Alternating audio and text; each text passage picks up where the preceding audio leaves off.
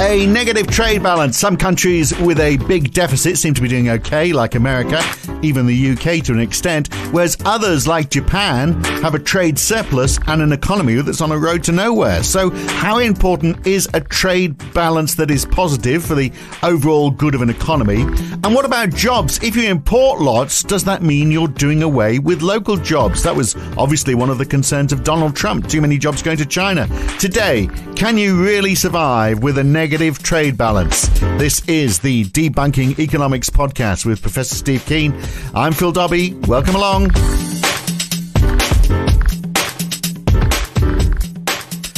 Now, obviously, not everyone can have a positive trade balance. If some are positive, others have to have trade deficits because it is a zero-sum game. But does that mean countries with a trade deficit don't fare as well? Well, not really. I mean, the US trade deficit hit 81 billion in September this year. It's the worst ever. Is that a problem for the US? Well, maybe it is a little bit, but they've been in a trade deficit for a long time and seem to be doing pretty well. And Steve will tell us, I'm sure, that is because they are the reserve currency for the world. But there are other countries as well with their trade deficits that aren't doing so badly. And of course, GDP is calculated on government and public spending, so consumption by consumers and businesses, plus business investment in capital goods and the net trade balance all added together. So a trade deficit does pull your GDP figure down, but if your economy is healthy otherwise, then Steve, you can still have a strong GDP even if you have that trade deficit, can't you? You can, but I think it ends up being something which is quite conditional. And I mean, because if you're coming from the Australian background, of course, Australia was running trade deficits for decades before it's run some recent trade surpluses, but normally it's been in a trade deficit situation. And the rationale for that you get to justify why it has this long-running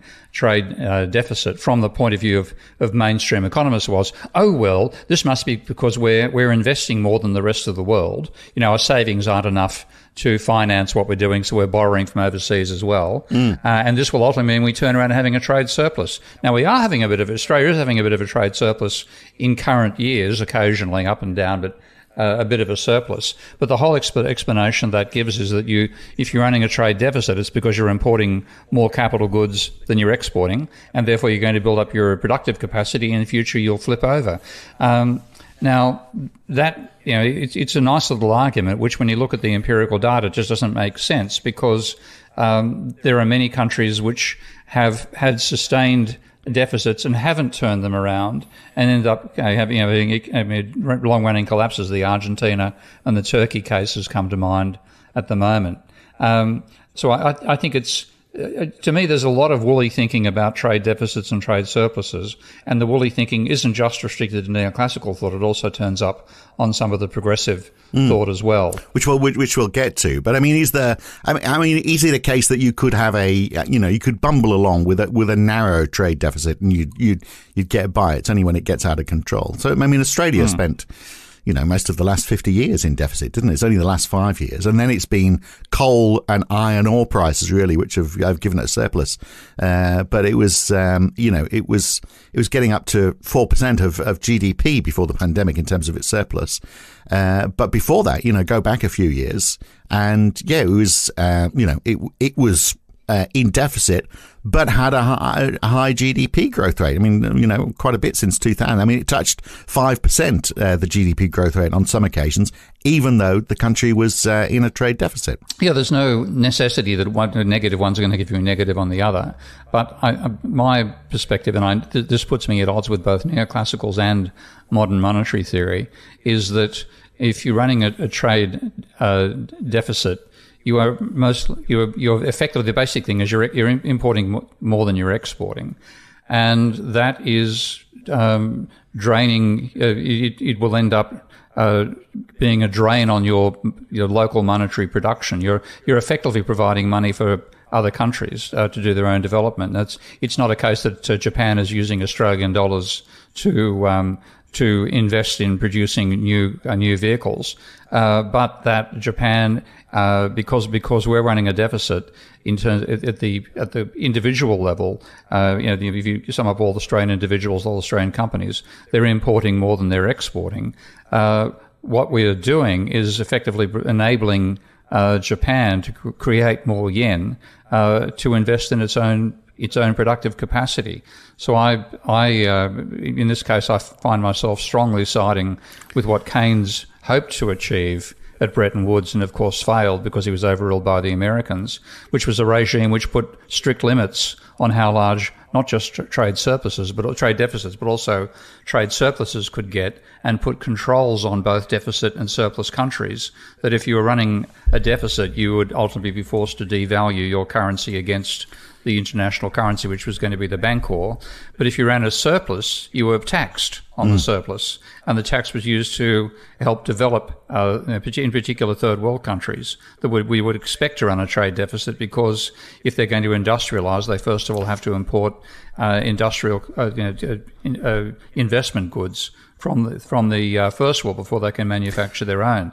So that was the idea, and Keynes's target, I think, was something like no more than a 2% of GDP surplus or deficit. But if you looked around the world these days, you'd be hard pressed to find countries within the -2 to +2 range. Most of them either got, more than 2% deficit or more than a 2% surplus. Yeah. And my feeling is this is a major reason why we have such a unbalanced international economic system. Well, it's bad news, isn't it, for developing economies where they've got a high demand. If you want to grow, for example, you've got to buy capital equipment from overseas, and to do that, you've got to spend money in a foreign currency, which obviously devalues your own currency if you're sending a lot of that overseas and converting it. But for developed economies, so say the UK buys lots of cars from Japan, so Japan all of a sudden has a lot of British pounds. It's got to do something with that money. So it doesn't it all come back and create jobs back in Britain? No, not well. This or is investment. You get into question about foreign investment as well. But what you've got is Britain is buying Japanese cars with British pounds. Yeah, and that there's many ways that can be worked through the mechanics. But the simplest way to think about it is that British consumers give a Japanese company British pounds, which means that the Japanese company has to convert those. If it's going to remit the profits to Japan, then it has to convert those pounds into yen. And you can, and I've had this discussion with Warren Mosler at one stage some years ago now, that it doesn't matter how this is done; it all goes through the international markets and so on. But at the end of the day, the result of British buyers of Japanese cars is that British bank accounts go down in pounds and Japanese bank accounts go up in yen, and that you can imagine that the pounds that are paid to the Japanese company end up being submitted to the Central Bank of Japan as money to be converted into yen by the company, and the Japanese central bank then has additional pounds as part of its foreign currency reserve, while the Japanese company has additional yen, which it can then use to further invest on developing Japanese cars. So you're saying the net result is if we buy lots of Japanese cars, then Japanese banks will have lots of pounds in reserve, which presumably not the Japanese banks. The